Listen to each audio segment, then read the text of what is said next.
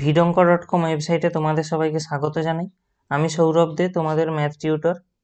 এখানে দেখো তোমাদের সঙ্গে যে প্রশ্নটি নিয়ে আলোচনা করব, এখানে বলা আছে 5x minus 3y is to 2x plus 4y equal to 11 is to 12, তাহলে x is to y এর মান কত? তো সেটার জন্য দেখো যেটা দেওয়া আছে সেটাকে এখানে একবার লিখে নিই। 5x minus 3y is to 2x plus 4y equal to দেওয়া আছে 11:12। ঠিক আছে, তাহলে আমরা এখানে কি করব, এই যে অনুপাতটা আমরা জানি এটা ভাগের একটা রূপ, সেই কারণে আমরা এখানে ভাগ আকারে লিখবো। তাহলে ভাগ আকারে লিখলে অ্যাকচুয়ালি কি পেয়ে যাবো, এখানে দেখো 5x minus 3y by 2x plus 4y, একইভাবে ডান দিকে 11/12 চলে আসবে। ঠিক আছে, তো এরপরে আমাদের কাজ কি হবে, কোনাকুনি গুণ করা। তাহলে দেখো এই 12 দিয়ে এই অংশটা গুণ হয়ে যাবে এবং এই অংশটা উপরে 11 এর সাথে গুণ হয়ে যাবে, অর্থাৎ 12 into 5x minus 3y equal to 11 into 2x plus 4y আসবে। তো এরপরে আমরা যদি গুণ করে দিই,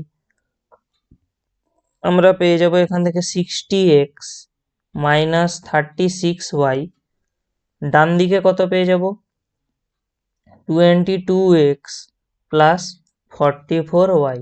ঠিক আছে, তাহলে এরপরে আমাদের কাজ কি হবে, এরপরে এই 22x কে আমরা এই সাইডে আনবো, মাইনাস 36 কে এই সাইডে আনবো। তাহলে আমরা কি পাবো এখান থেকে, 60x minus 22x equal to 36y plus 44y, অর্থাৎ x এর অংশগুলো একসঙ্গে এবং y এর অংশগুলো একসঙ্গে হয়ে গেল।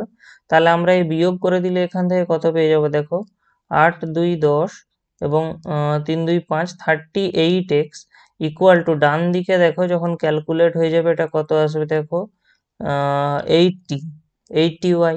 তাহলে 38x ইকুয়াল টু 80y হয়ে গেল। এরপরে আমরা ওয়াইটাকে সাইডে নিয়ে চলে এলে আমরা পেয়ে যাবো x/y, এবং ডান দিকে 38 নিয়ে চলে গেলে আমরা পেয়ে যাবো 80/38। তো স্বাভাবিকভাবেই 2 দিয়ে কাটাকাটি হয়ে যাবে, এটা হয়ে যাবে 40, এটা হয়ে যাবে 19, অর্থাৎ আমরা x/y যেটা পাচ্ছি সেটা হলো 40/19। তাহলে এখান থেকে আমরা সহজেই কনক্লুড করতে পারি x is to y এর মান হবে কত না 40:19। এটাই হয়েছে আমাদের এই কোশ্চেনের অ্যান্সার। ভিডঙ্ক.com ওয়েবসাইটে ম্যাথটি দেখার জন্য অসংখ্য ধন্যবাদ জানাই। এরকমই নানা প্রশ্ন এবং তাদের সমাধানের জন্য আমাদের ওয়েবসাইটটি ভিজিট করো।